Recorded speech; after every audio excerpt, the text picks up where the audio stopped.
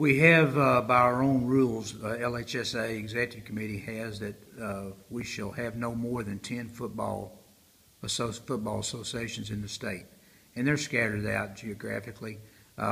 This one that we're speaking of, the River Parish Association, is basically located in Laplace.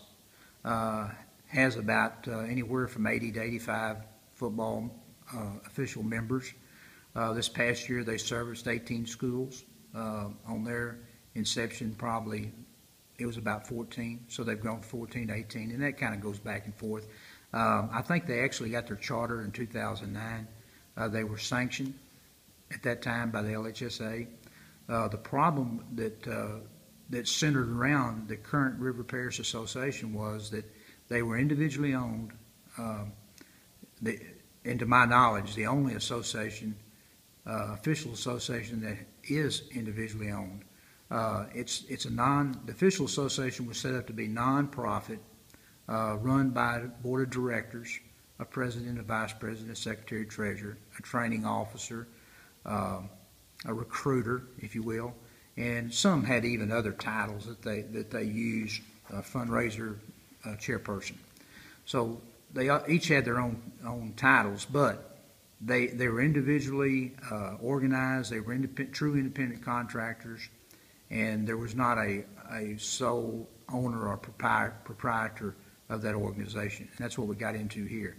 The problem you have with someone that owns a corporation is that when you come back and try to get them to abide by your rules, certainly it can work, but if they so choose not to do that, and so choose to have such a hold over their membership through various means, it makes our life more difficult to manage through our member schools, and that's the case we had here. So mine was not to recommend to the board that we take anything away from that River Parish Football Association, because we can't, because it is individually owned and it is chartered through the Secretary of State. But we have to think about our member schools, who our member schools use. And I think it just came to the time that in their own ranks, that their officials realized that something's wrong and approached us along with other things that they had done wrong. And their officials were actually being penalized by some of the actions of the owner or owners.